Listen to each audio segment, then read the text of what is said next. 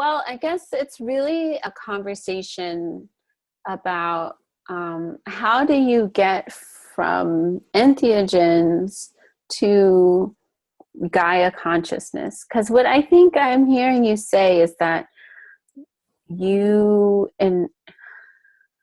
what I feel like I'm hearing you say is that the disciplines that you study have some basis, scientific basis that establishes evidence for the Gaia hypothesis, that the Earth is conscious, that all the organisms on the planet are conscious. Yeah. So how do I get from entheogens to that perception? Yeah.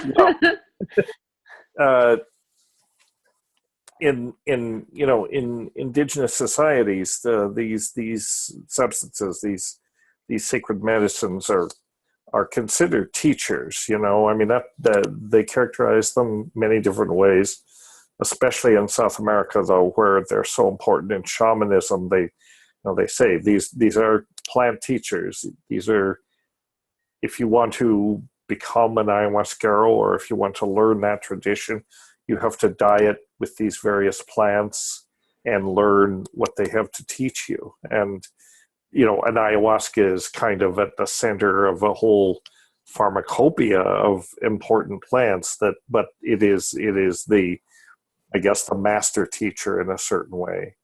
And what the teachers teach is, I think they give lessons about the relationship between our species and nature. And, indigenous people have been sort of the stewards of these sacred medicines for centuries, for millennia. We don't know how long, as long as they've been here. The indigenous people are not the ones that need the lesson, really.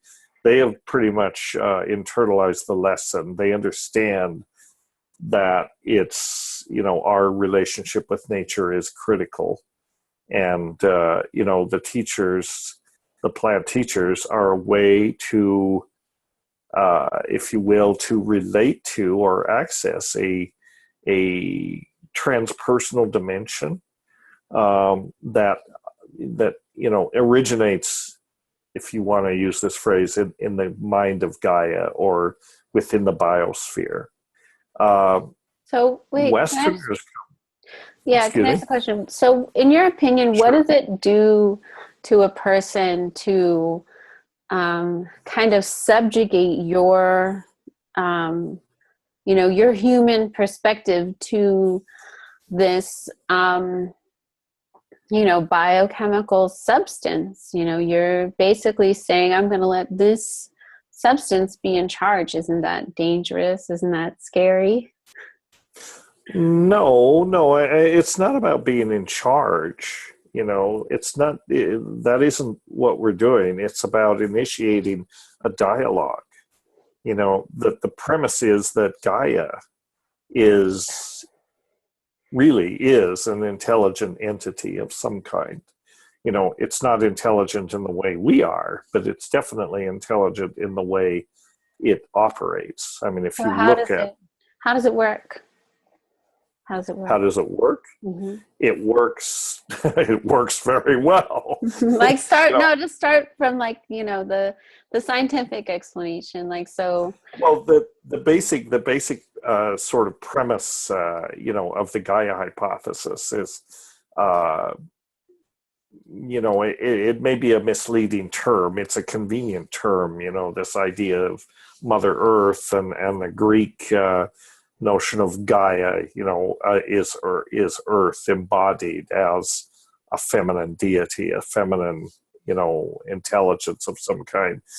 But the concept arises out of biophysics and earth sciences and planetary science. On the scientific side, it's originated by James Lovelock, who was, anything but a mystic. He was a geochemist, he was a chemist, environmental chemist, and so on.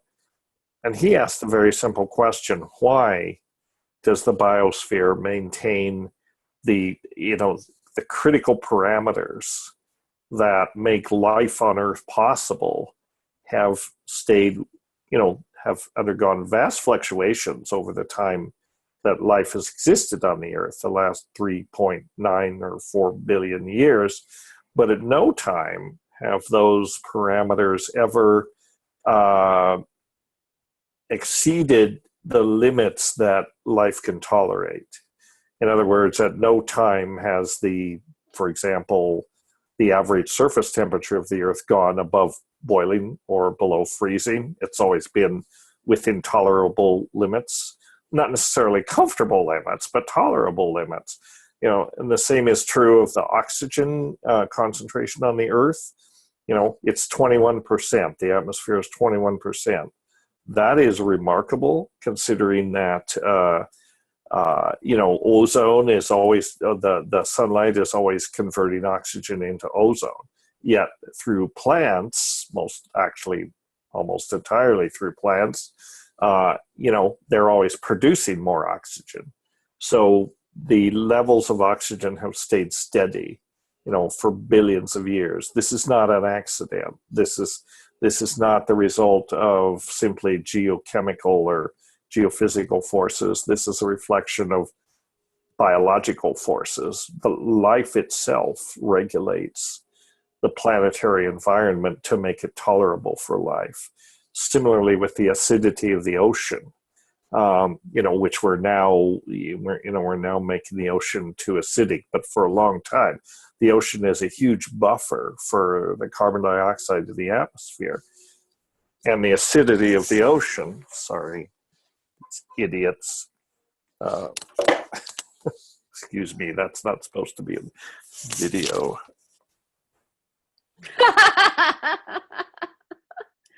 Okay. Every day about this time, I get a call from an unknown number, and it's basically somebody trying to get money from me, and it just drives me up the wall. Anyway, we're off topic here. And anyway, that's an interesting jumping off point too, because when you're talking about consumerism, I think that most marketing efforts today and getting people to consume the products that we seem to have unlimited imagination and coming up with some kind of material object that you need, that we can make a profit on, and then saying, okay, we're going to market this to people, we're going to call them or reach them through television, we're going to get them through some kind of marketing channel and get them to buy a material object. And a lot of that is working through like hacking into our natural biological instincts, right? And right. So saying like, we have a biological instinct to women like to pick through things and like collect pretty objects, and that may be related to their former hunter-gatherer instincts where they're looking for fruits, going through the forest looking for fruits or something like that. And we kind of hack into these instincts and turn them to a different purpose than they were originally intended biologically. And I think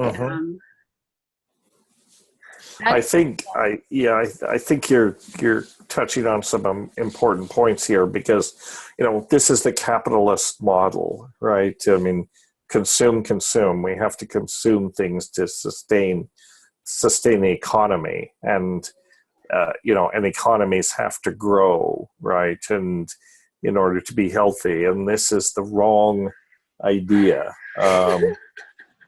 In fact, this is not sustainable.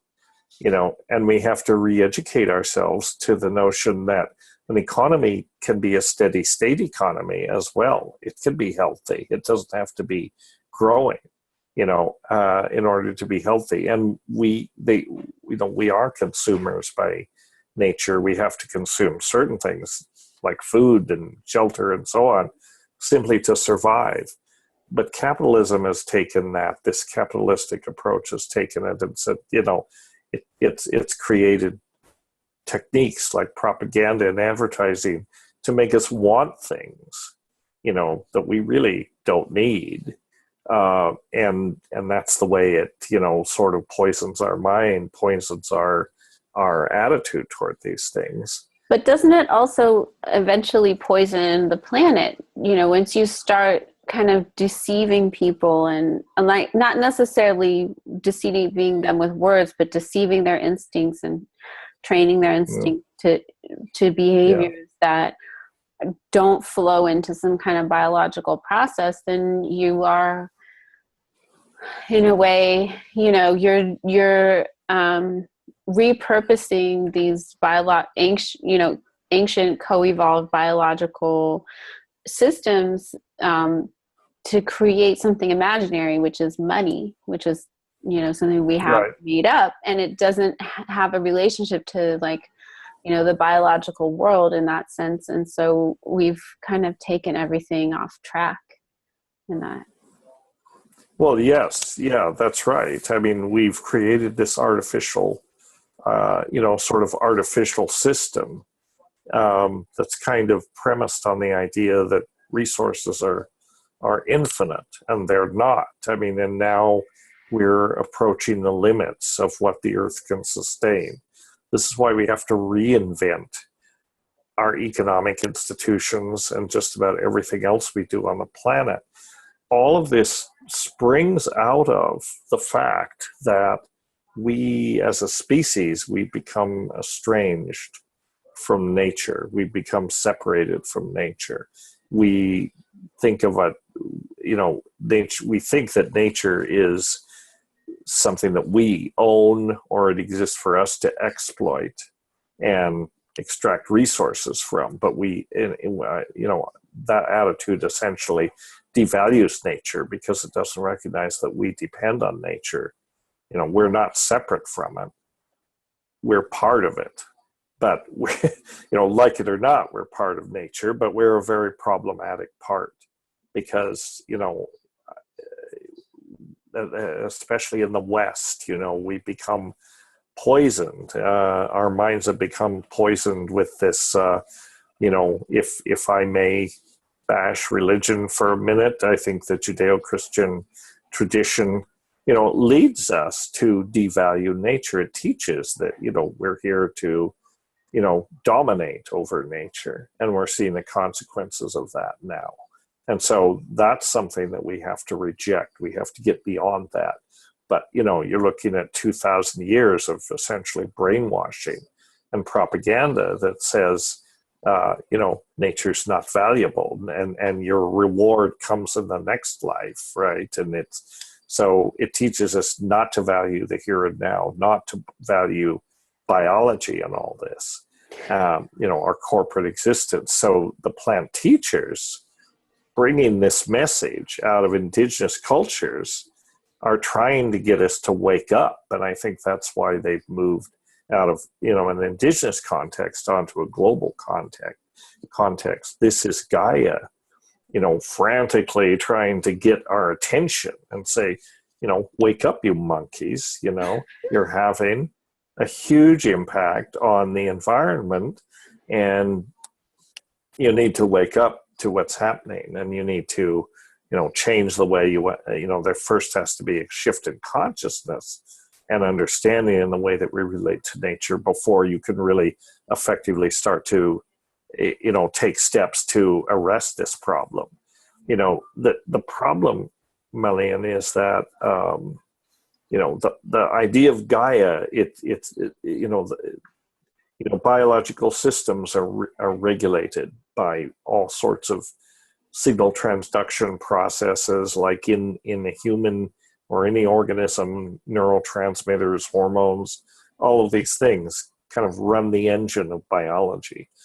Gaia is a big organism. That's one way to think of it. Think of it as a huge cell, and a cell operates through feedback loops, and it maintains itself at a certain homeostatic equilibrium.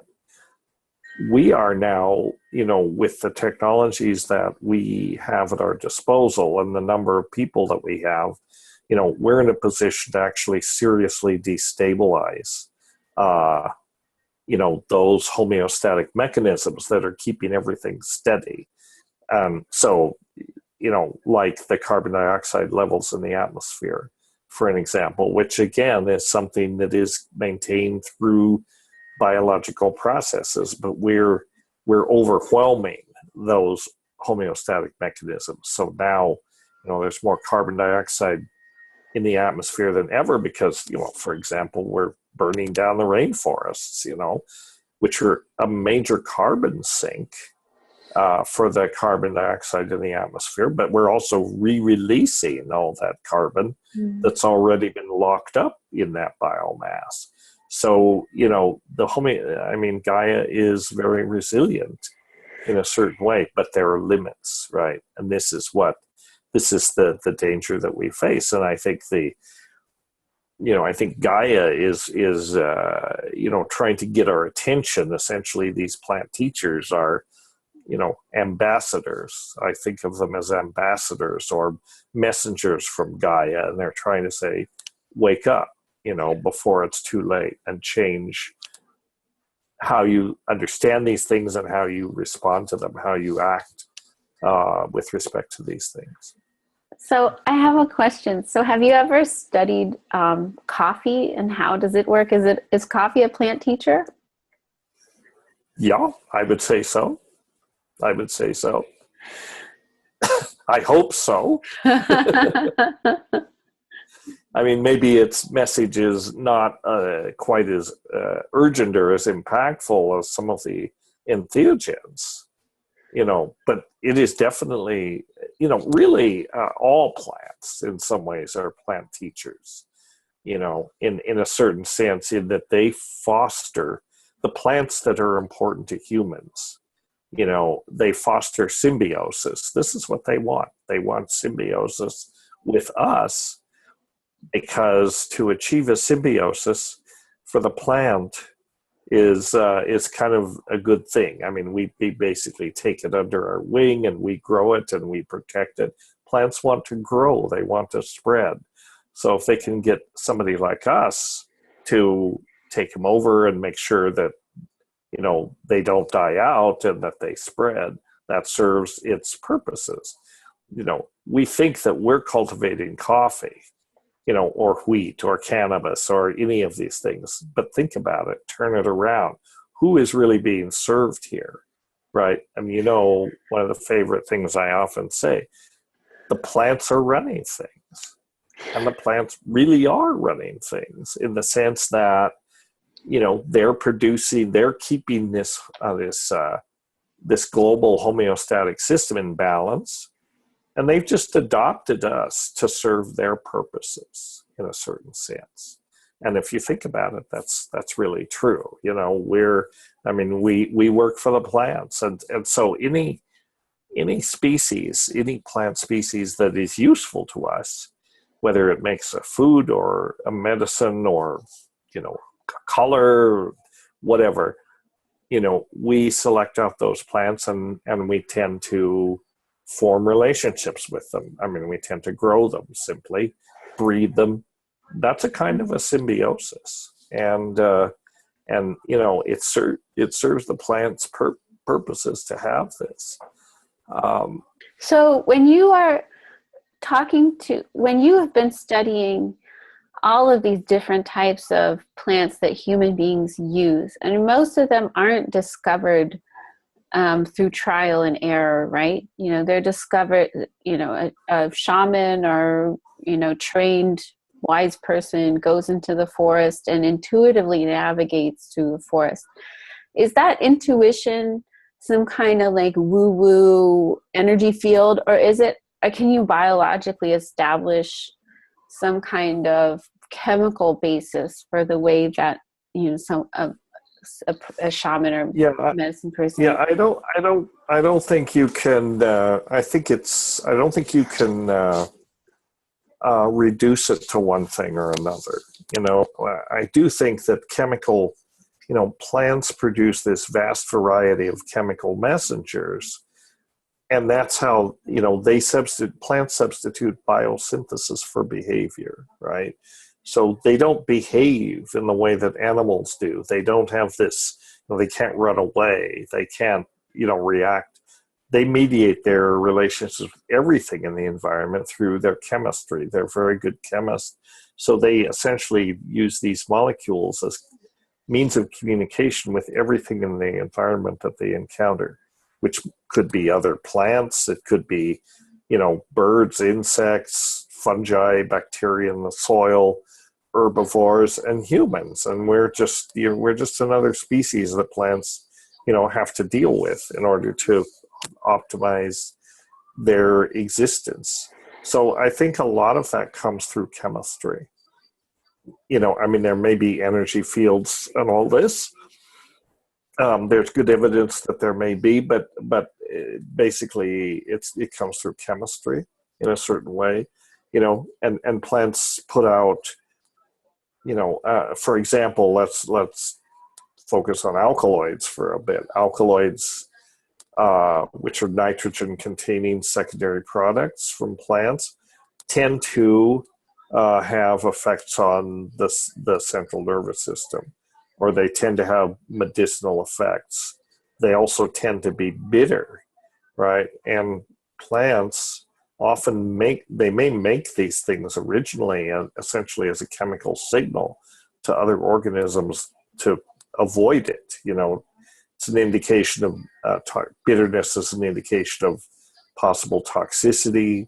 It doesn't taste good. Most organisms, most animals would take that cue, you know, and as a signal to basically stay away, you know, they would interpret it as a repellent.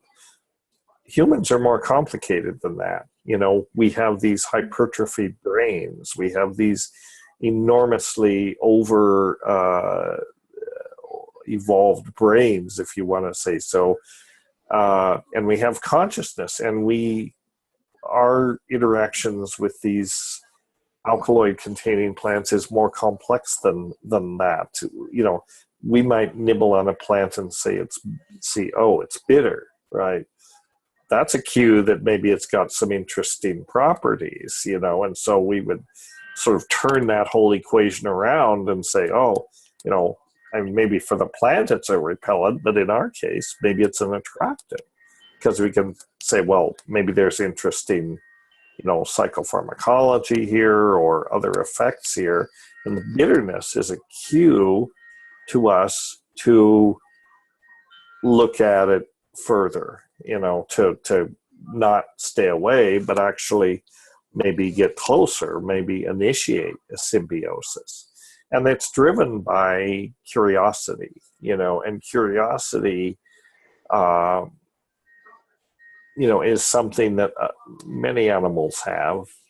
But I think in humans, it's overdeveloped, and it's, you know, we're quite curious, right? Because we have this inquiring mind, this overdeveloped brain, and, you know, we tend to take risks more than other organisms maybe, and we look into things, you know, driven by this curiosity, which is really, I mean, at a fundamental root of things, curiosity is what drives science, you know, in the best of sense. Curiosity is what drives people to ask questions about what is nature like, what does it do, how does it work.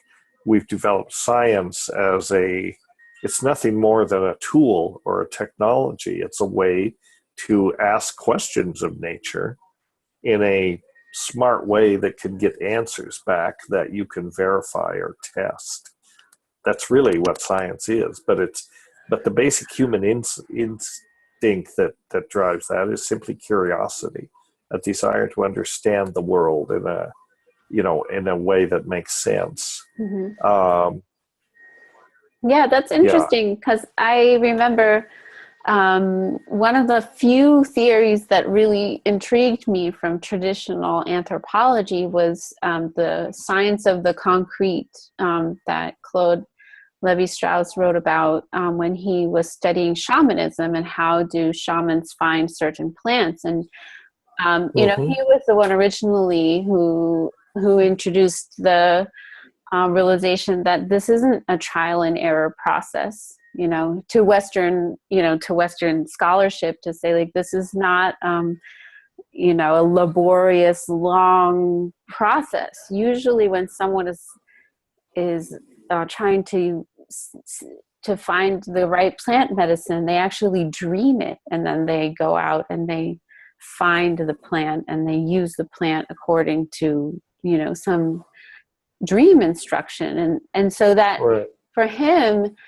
it presented a challenge to the adherents of you know, traditional Enlightenment science, which is to say that all that stuff is not real.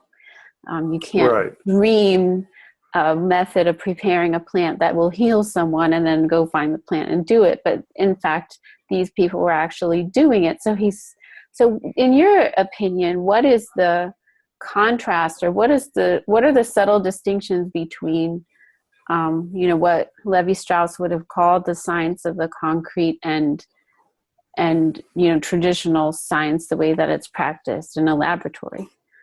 Well, I think traditional science, you know, one of its limitations is that it's dualistic, and it focuses only on the external world and physical processes, and it devalues what's going on inside. You know, it devalues consciousness. So intuition, dreams, inner experience, even though it undeniably exists, right? I mean, the famous Cartesian statement, I think, therefore I am.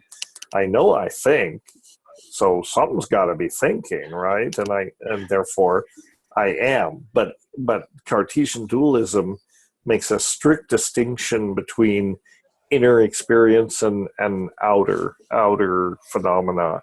That's a mistake, I think. And we're, you know, again, this is the legacy of Western civilization, and the ultimately goes back to this split between us and nature that happened, you know, long before Descartes came along. You know, and it's a false perception, because it means that our scientific models of the world are always incomplete, right? Because we can account for external phenomena, and we don't even pay any attention to the inner aspects of these things. But that's got to be part of the model too, right? And so we're at a juncture now where we're beginning to realize the sort of inadequacies of that dualistic model, and we're beginning to understand we have to develop more holistic approaches to understanding phenomena. You know, science constructs models of the world. You know, they're always incomplete. You can never prove them, you know, completely. You can only not disprove them, right? So they're provisional models. You may have information next week or next month or 50 years from now that totally overturns those models. Well, people's perception of the world is also a model in a certain way. Everything that we experience comes to us through our sensory neural interfaces, and it's sort of mixed together with internal processes, associations, other kinds of processing that goes on. And what is extruded out of that is essentially the hallucination that you live in, the hallucination that we all live in. And, you know, physics tells us that it doesn't resemble the external world at all as far as our instruments tell us. Of course, the question of whether we can rely on our instruments is another conversation. But, you know, but yet the brain it's an organ that is designed to create a model of the world that we can live in and that makes sense to us, you know. So wait, what's exist. What's the discussion that the physicists are having that says our perception of the world, the model of the world we're creating inside of our experience, doesn't actually resemble what instruments are measuring. So can you talk a little more about that? Well, I mean, you have to talk about quantum physics and issues like that. So it quickly gets fairly complicated. But the basic thing is that quantum physics, which is the physics we have that tells us how the world, how reality is at the most basic level, says, well, nothing is really solid. There's nothing, there isn't really such a thing as time. These are convenient constructs that we have put together to make the world comprehensible and to make it make sense. And I mean, it's fortunate for us that it does make sense. But It's like a I think it's like a shorthand. It's sort of like when you say don't, you really mean do not, but you're not saying that. It's sort of like perceptually, it's like a contraction of reality that we're capable of handling. Yes. I don't know if it's a shorthand, but it's a kind of an abstract of it in a certain way.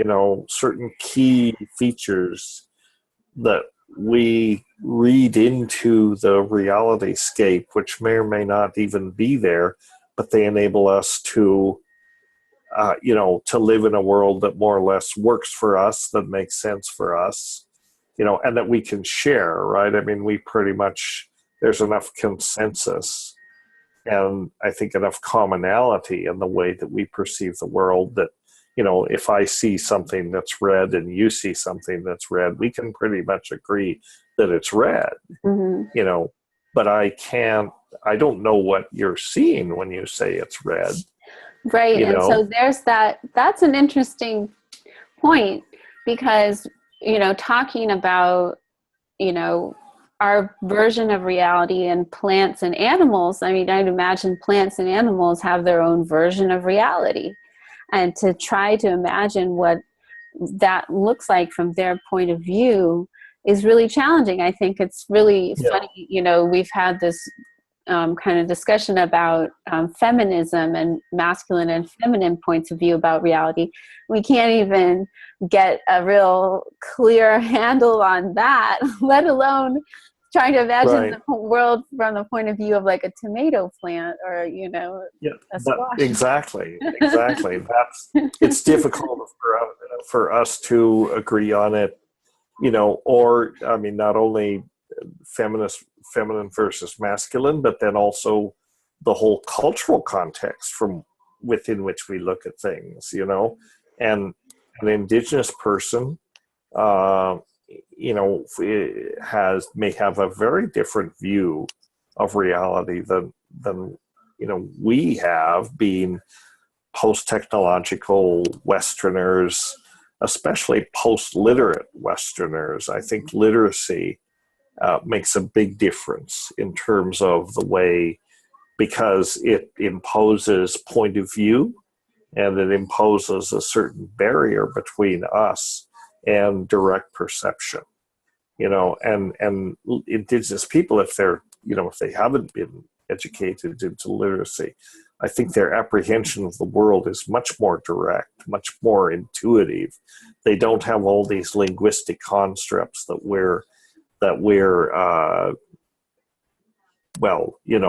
have. Now, those may be useful in many ways, but in some ways they're impediments to understanding as well, because we always have to,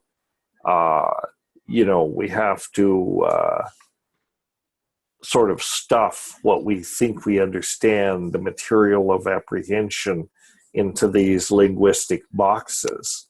We have to explain it to ourselves using language. Language is a great thing, but it's also inherently limited in terms of, you have to eliminate important elements of experience in order to make it work in language. You know, like psychedelics are a perfect example of this. People often say, well, I can't explain it. Yeah, You well, know, it's I really, yeah.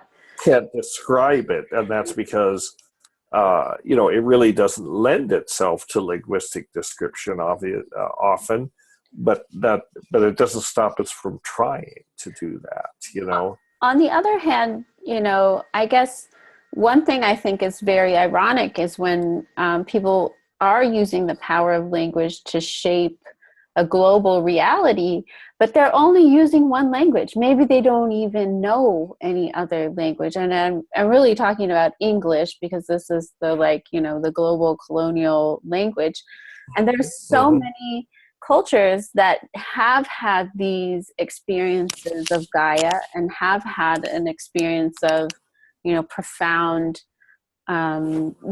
union or unfiltered experience of perception of, you know, the universe as a whole, and that these languages are for a large part unlearned. People haven't been learning them, and some of them resemble English almost not at all. And so Right. to say that, you know, our common language that we're using to talk to each other right now is inadequate, I think is absolutely true. And at the same time, it makes me very, very curious about other languages that maybe Sure. have Well, more just, yeah, more descriptors of that experience.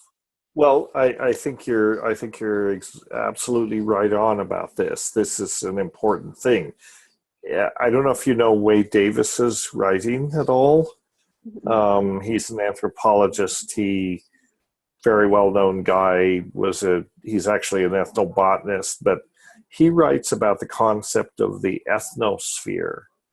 And the ethnosphere is, you know, a part of the, you know, it's, I mean, just like the atmosphere and the lithosphere and the you know, whatever, the ocean, the The biosphere, stratosphere, yeah. the layer of biology. But the planet is also laid over with cultural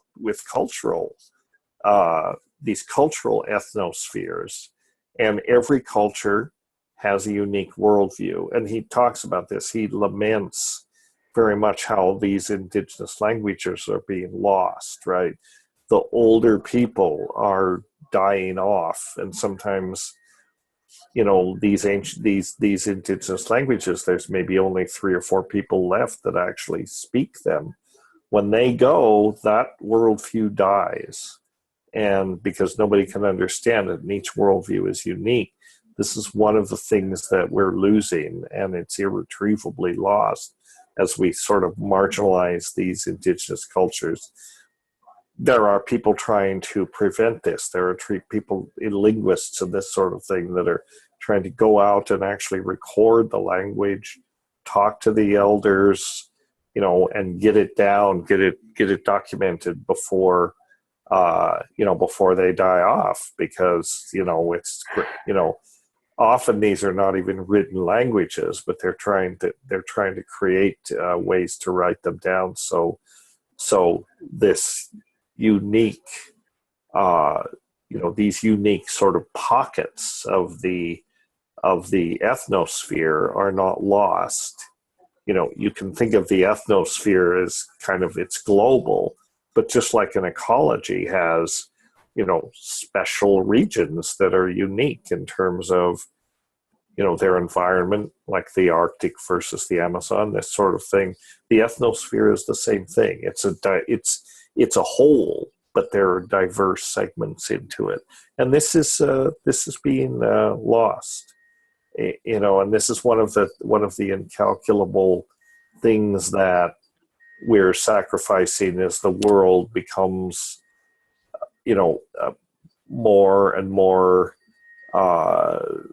you know, interconnected through the internet, which is also another sphere, right? It's a sphere of, you know, it's the nervous system in a certain way of this global culture.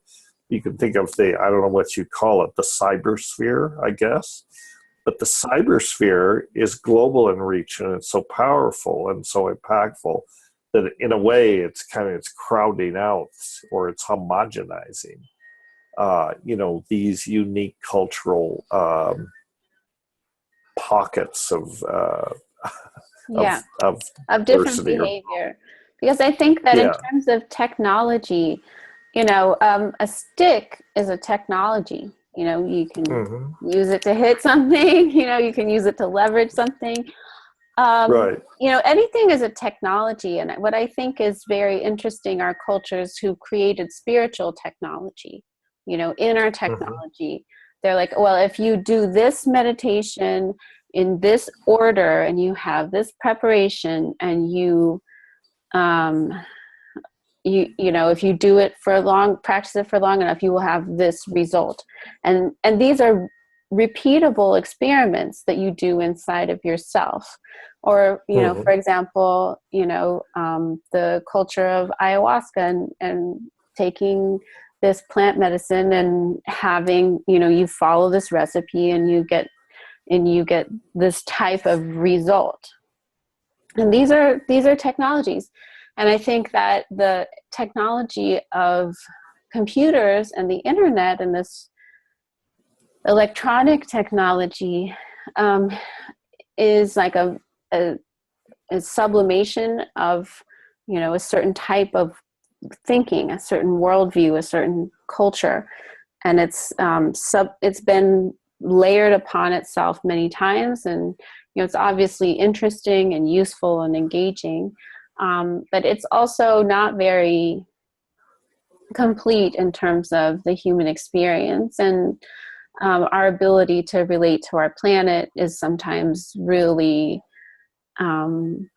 not, it's not supported by this technology. I think, my generation, I remember a few years ago, there was this discussion about how young men weren't graduating from college as much because they spent so much time on the internet that they just didn't do anything else. And like the women were still pretty much okay, but like the men were like living in this fantasy world of like,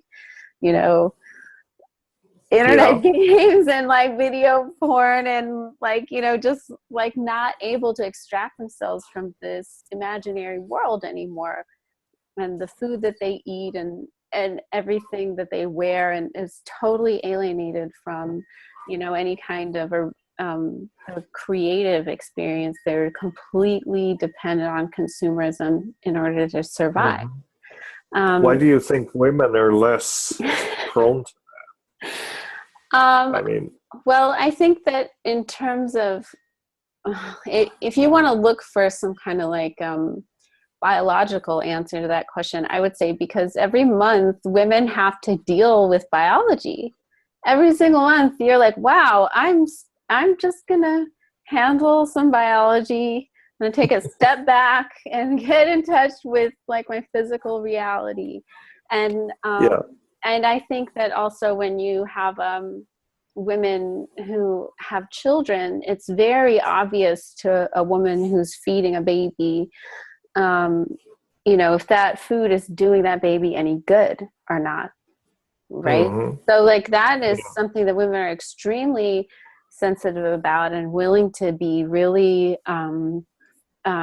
committed to is, okay, well, food makes this baby thrive and I need to make sure that it's healthy and that it's pesticide free and that it's fresh and that, so all of these qualities that, come with our biology are really amplified in women because of that. Like our sense of taste and our sense of smell, for example, it can get really hypersensitive, especially under the influence of certain hormones and neurotransmitters, because we're saying, okay, well, I have to make sure that this tiny little person survives. And, a large part of my material survival went into creating this thing, and I'm not going to just let it die, So, and it's a huge biological cost to have a child. from point. Women are closer to the sort of biological realities Mm-hmm. of the situation. Men can be, once they've contributed their sperm, they're done. Right I mean, on.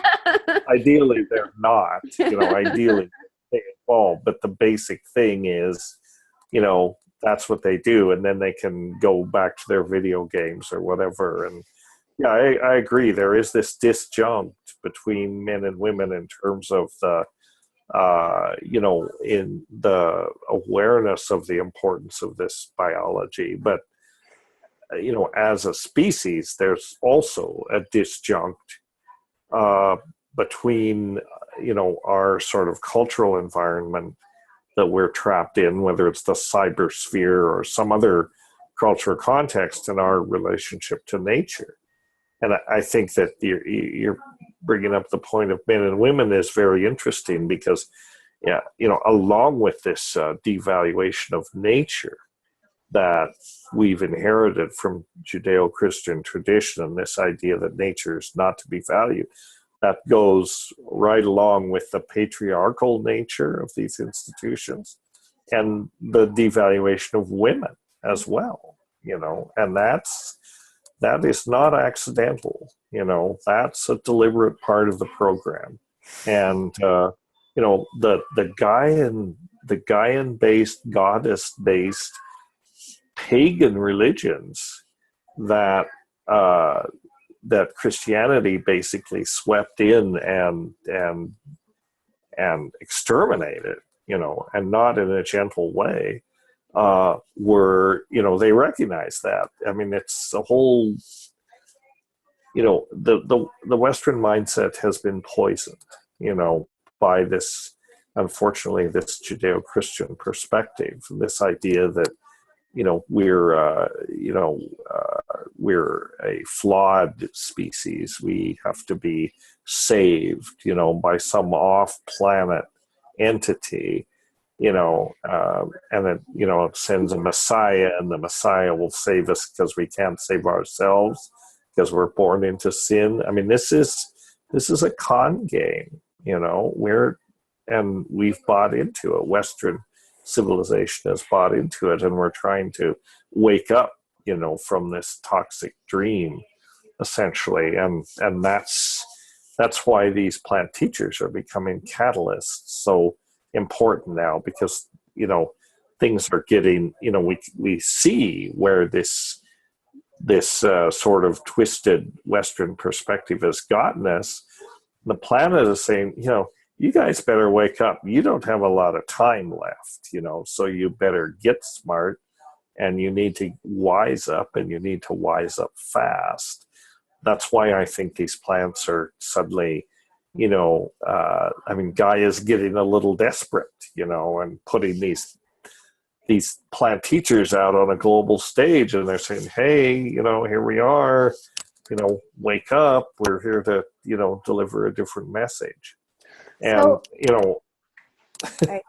Sorry to interrupt. I mean, obviously, there's a lot of anthropomorphic projection there, but in a certain way, I do think this is what's going on. Well, it's not just Gaia that's getting desperate. I think it's becoming more popular with young people because they see what a tight corner they're going to get stuck in, in right. 15 years. Well, young people, exactly. Young people, I mean, what's good in my mind is that young people today are conscious, much more conscious, much more thoughtful, much more insightful than certainly I was, when I was your age. I mean, so that gives me hope, because we're breeding a generation of really smart young people who see through the bullshit. They see what needs to be done. They have good intentions. They're very creative. They're very clever. They're also, what I see, and maybe I'm reading too much into this, but what I see, I have conversations. I come into contact with many young people. As a group, I think they're very conscious. and they know what needs to be done. I also think they're a little bit scared and a little bit worried about what's going to happen. And they should be worried. I mean, we should all be worried. But, you don't want to give in to fear. You don't want, fear, desperation, despair, if you will, just paralyzes people. But there's plenty of reason to be concerned. And, I think the young people are aware of this. And,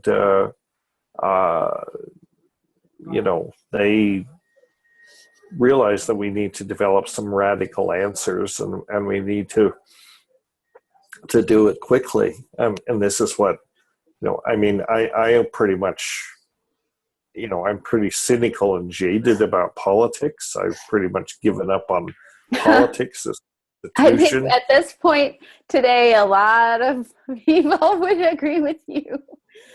But I'm impressed by so many people that are supporting Bernie. So it's disappointing that, he's not going to get the nomination, because I think a lot of people realize he's actually the only one that's suggesting any real answers. He has some vision for what might be some of the solutions. If you want to, expect politics to come up with any solutions, but he's not going to get the nomination, so that's unfortunate. And we're now down to do we go for a demagogue, a fascist, basically actually a psychopath? It's pretty clear the question. A psychopath or a sociopath. And or do we settle for a very experienced, very qualified sort of technocrat, which is what Hillary is? And yeah, I'll take her, if this is the best we can do. But I don't see that she has any vision at all, or any real ideas. But she might, she's not going to completely destabilize everything. So you don't know. She wants to bomb Iran, so that's the kind of yeah, but she's not going to bomb Iran. That's just talk. That's just talk. I'm really glad to hear you say that. Any more that, well, we have a government where, you can't get anything done. The checks and balances are a good idea, but in a certain sense, in that it keeps any one person from going completely, off track. Yeah, well, I don't know. It's the best we can hope for, but like I say, I don't really faith in it. I think that I have a lot more faith in the plants. Me too. Really, but I really think the main question that I'm asking myself as a Bernie supporter, and somebody who worked very hard on making him successful in Hawaii, I guess what my main question that I'm asking myself now are, what are some institutional changes that I can create now that that will, like, it doesn't matter who's president, it doesn't matter what happened in the election. What matters is, how can I make this change solid and concrete in a way that it's going to force the rest of the culture to shift with me. And not in the sense of that's what politics is. It's all about exerting your power, right? And so in the sense that people feel disenfranchised, some people feel like they were taken off the voter roll, or, there's all kinds of outcry about unfairness and foul play. And I think that more than putting my energy into that, what I would rather do is to actually take what power I have and institutionalize it now, in the here and now, and not to wait until November, not to try to choose between Hillary and Trump or any of that, but just to say, okay, what change can I make? Yeah. Well, I think that's the right attitude. I mean, the politics is basically a sideshow, at this point. I mean, it's much of it isn't even relevant. I mean, the only topic that should be under discussion is, basically, in my opinion, climate change. What are we going to do to ensure that the planet is survivable? Instead, they're debating in, who has to use which bathroom. I mean, this is how pathetic it's gotten. I mean, it's a complete farce, and it's absurd. So obviously, these people don't have a clue. They don't have any idea what to do. So it's up to us, and it's up to people like you, unfortunately. I mean, fortunately, people like you.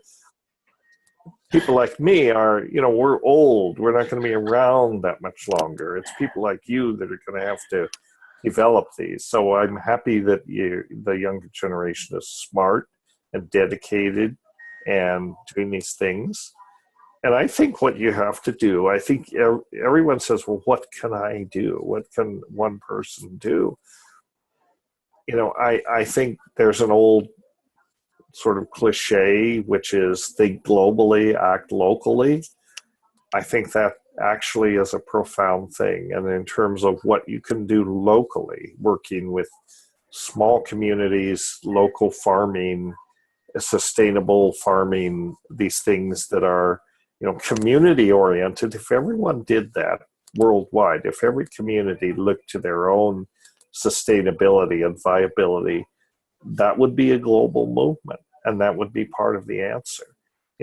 Growing gardens, growing plants is actually at this point an act of revolution. And one of the most effective things you can do is grow food and medicinal plants, grow the plant teachers, do what people have always done with plants. You trade them, you move them around, you teach people how to use them. And, you encourage them to spread, because this is what plants like to do, and spread that knowledge, that plant knowledge that goes with it. So, me personally, what I'm doing, is I don't get carried away thinking that I'm really important. I'm not important, but I do what I can, and my mission, and I haven't even selected this mission, the plants selected it for me. But, I guess my mission is to be an educator and a talker and a speaker about plant medicines, and try to bring people through that, bring them to these tools, the plants that really have the potential to change consciousness on a global scale. And that's what's got to happen. Mm-hmm. So, I'm just doing my little part to do that, but many other people are doing similar things, like the work that you're doing.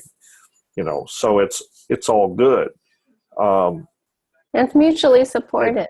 It's mutually supportive, and well, I think that there's a lot more to this concept of Gaia than we've even started to realize. It's a very unexplored area of study, and mm-hmm. could be taken a lot more seriously than it has been. And one of the things that I wanted to ask you is, so when you look at the plants that you have studied, how are they chemically active in the brain in a way that allows us to let go of our prior conditioning?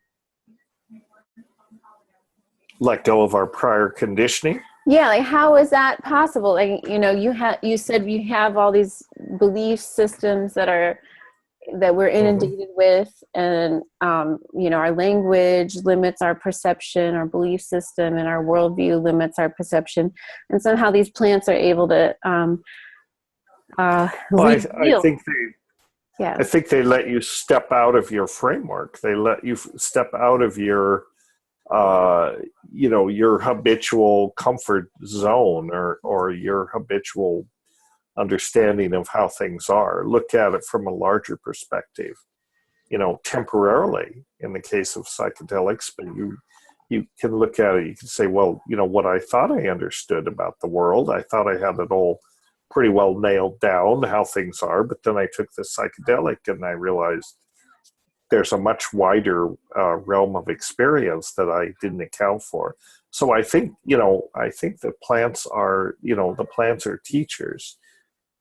What they teach, in my opinion, is, you know, I mean, they teach a number of things, but one of the big things that they teach, number one, is the idea of symbiosis, you know, is very important.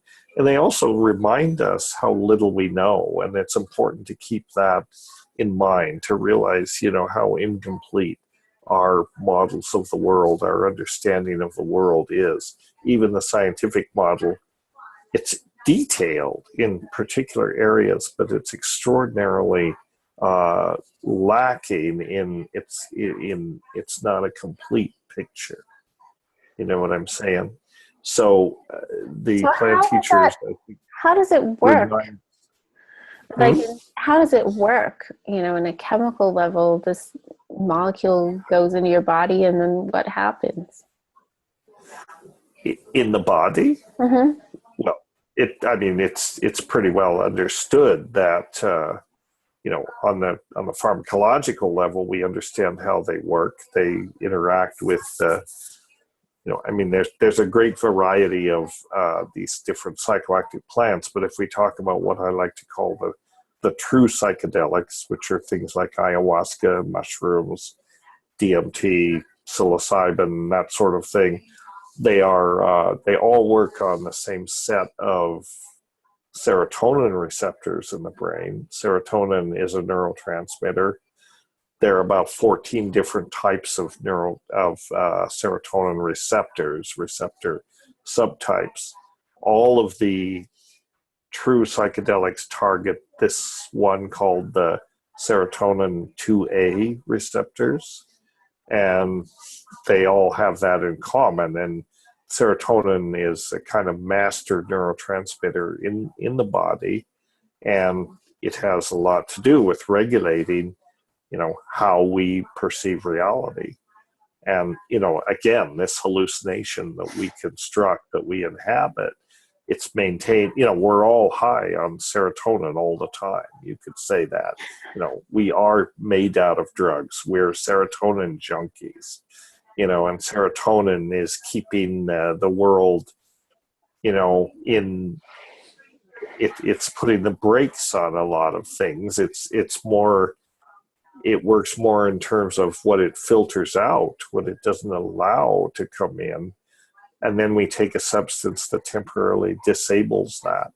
So suddenly the gates are open. Literally, the floodgates are open. And you get a lot of information both from inside and outside that normally you don't perceive. You know, in neurophysiology and in I guess cognitive science, you could say we have these gating mechanisms, and gating mechanisms are important in filters because they restrict the amount of information that flows in, so that we can deal with it, so that it you know, so that we can sort of make sense of it. If everything flooded in all the time, we couldn't be very functional, right? This is why it's important when you take psychedelics to do it in a circumstance. We harp about set and setting. You have to do it in a setting where you don't have to worry about ordinary real world concerns. You know, you don't have to keep your guard up, and essentially, and be together. You know, if somebody comes to the door or whatever, you have to do it in a place where you can assure yourself that the environment is safe, and then just let the experience unfold, because you've already arranged for a setting that is safe and where it can unfold, you know, and then you can open yourself up to these kinds of things. This is a lot of what gating is about. Sensory gating is about, you know, narrowing the channel down so the information coming through is not overwhelming and useful. But sometimes you want to deliberately, sort of sabotage that gating mechanism and open it up. And that's what the psychedelics are useful for doing that. So you're deliberately sort of sabotaging your usual gating mechanisms. And so you're open to much information that normally, would be suppressed. I think one thing that psychedelics do, or another way to put it, is they bring the background forward and they suppress the foreground. We tend to focus on things in the foreground, right? There can be lots of things going on in the background. We deliberately ignore those things generally. We suppress them because they are not important to our immediate survival. A good example of, but they can be affected. It's not that they don't get through, but we have mechanisms that suppress them. So we put them at a lower level of significance, right?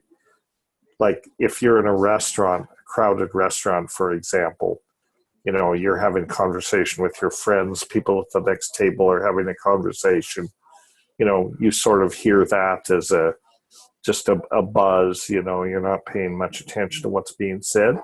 But if your name is mentioned, at that table, suddenly, your ears perk up. Oh, they're talking about me. That gets through, right? Because it does. and then maybe you start listening. It's like, okay, maybe this channel, which I've turned the volume down, maybe I should be paying attention because they're talking about me. And so maybe it affects me in some way. I'm not being very articulate about this, no, but I think you get the idea. This is the way our normal regulation of reality works. Or like, some people use the metaphor of a camera lens, like, the lens only frames things a certain way. If Right. I frame the picture like this, there could be something happening right here that's relevant, but no one will know that it was. Yeah. And so I think that's a lot of what psychedelics are about. They're ways to learn to modulate these sensory gating mechanisms, to open them up, but not necessarily just in a random way, but in specific ways. So you can learn to use them.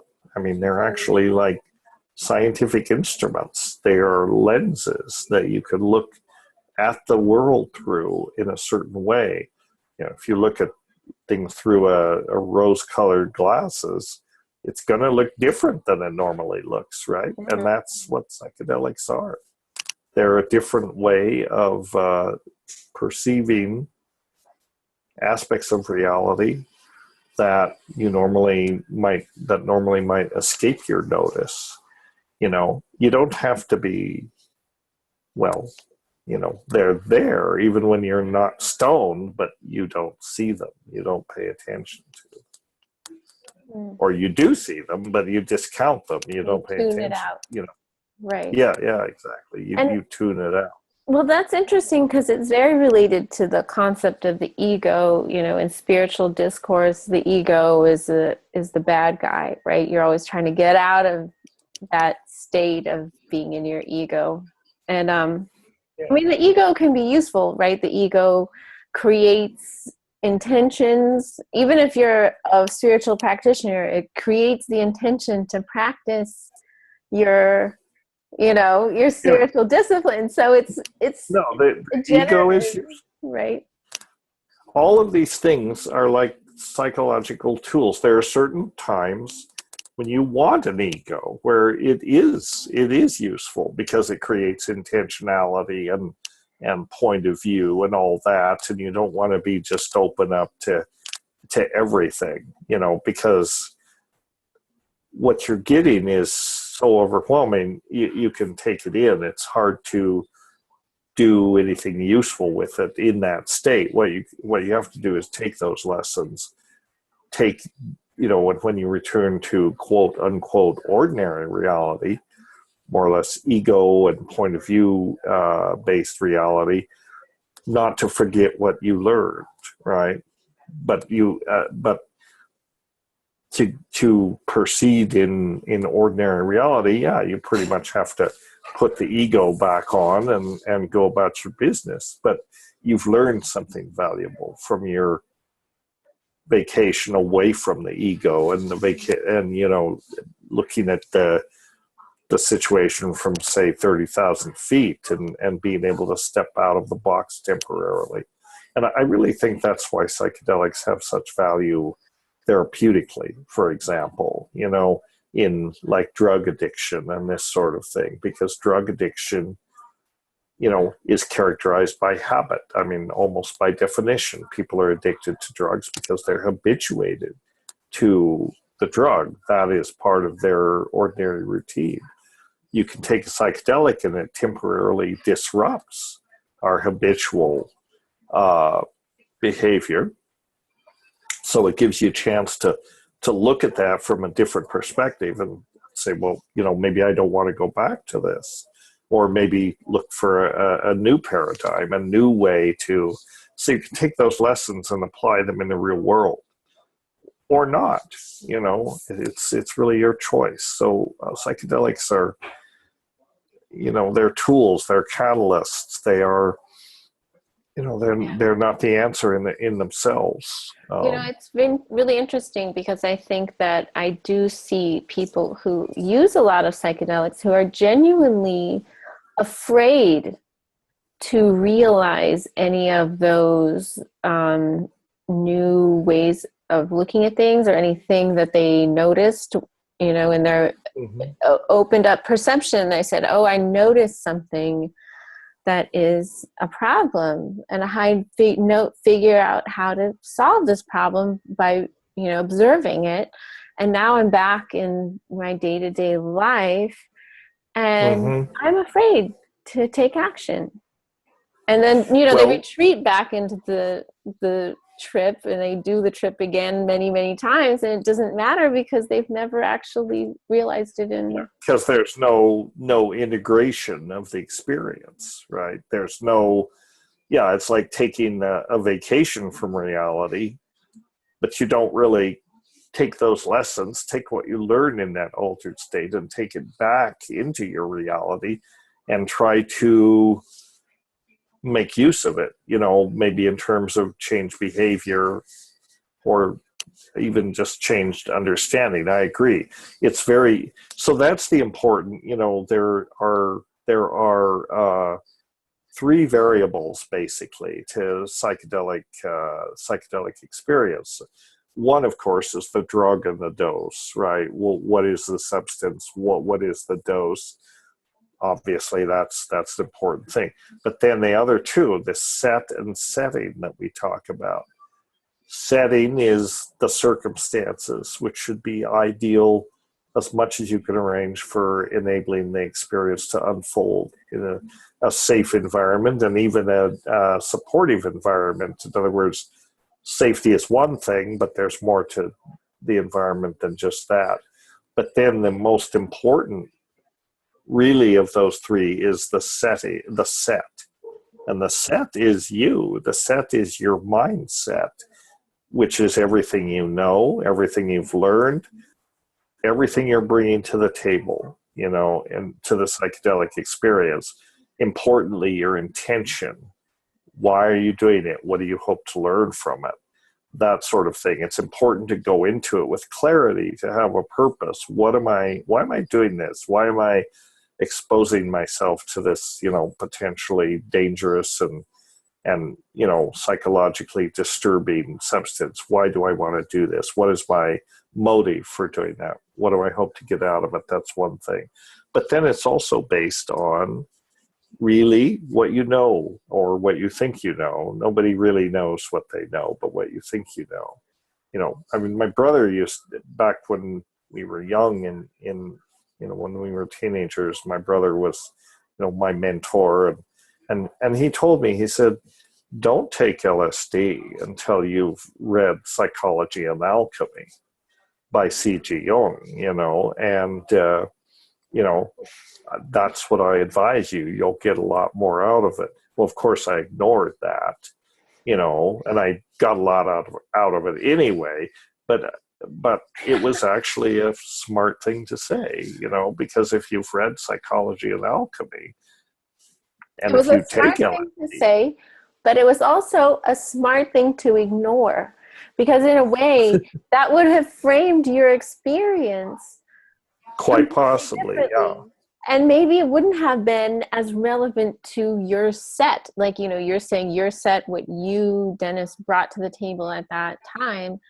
You needed to explore that. You didn't need to explore this really great book. But it's like an interesting variable that you could introduce to your experience to say, okay, if I read this book and then I do. Right. And mushrooms. And it could be anything. I mean, it could be, if you've read extensively in Eastern philosophy, or you've been a meditator, or which I guess you have a spiritual discipline, it doesn't have to be Psychology and Alchemy. That just happened to be, our preoccupation.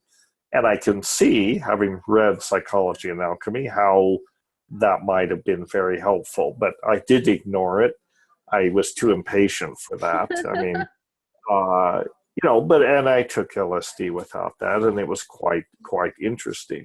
It was not at all what I expected the first time I took it, but I learned from that. So I guess the point is that integration of the experiences, and also preparation, going into it with a certain clarity of why you're doing it, can really help you get a lot more out of it, and make it more useful. So it's just, well, that was a nice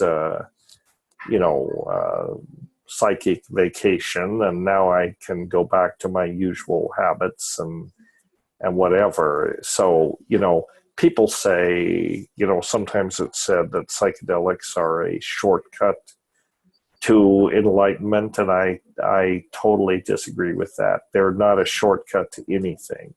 You have to you have to be as disciplined in the way that you use psychedelics as you do any other spiritual technology. You really have to use them with intention, and it's work. It's hard work. There's nothing easy about it. But it's worth it. Hopefully it's worth it. I think it is. Yeah. So we've covered a lot of territory here. Yeah, I don't know if this is great. This is what you wanted, but maybe that some of this is useful. Oh, I'm sure it will be. I mean, it's kind of too bad to stop the conversation there. I mean, in a way, I feel like we should do this regularly and just kind of compile an archive of these conversations and see if certain themes arise, and also kind of see how it settles into integrates. Yeah. If you want to use that term. Well, we can circle back on this. We can certainly have another conversation or several. But also, my shtick is kind of pretty much my shtick.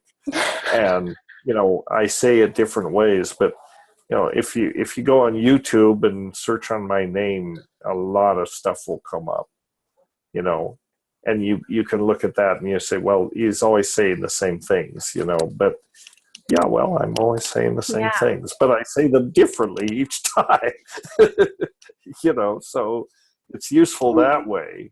You can look at some of those and,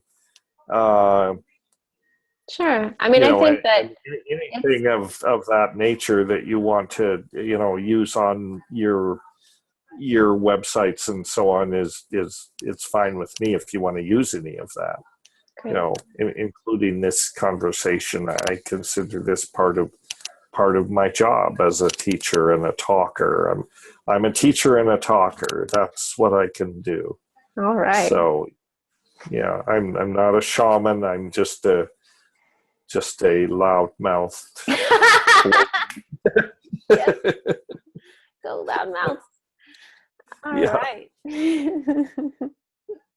All right. Well, cool. Well, I'll be in touch. I'm gonna get some clips out of this and then send it to you, and hopefully it'll be useful to you as well. Yeah, please send it to me. Feel free to edit it or change it, and you can edit out the parts where we got interrupted and so on. But do whatever you like. Give me a chance to look it over before you post it. Chances are I'll probably say it's fine, and hopefully it'll be useful. So, Great. good luck with this project. You're doing the right thing. Thank you, We'll be in touch. All right. Okay. Nice talking to you. All right. Good talking to you. Okay. Keep me posted. I'll be back in Hawaii in December, it looks like now. Oh, great. So, well, let's meet up. Okay. Well, I'll be on the Big Island. I don't know about Maui, but I'd love to come over. So we'll see what happens. We should have some more interesting features on the farm by then. So Yeah, I hope so. All right. Okay. All right. So, See you. Bye-bye. Aloha. Aloha. Aloha. Bye-bye. Bye.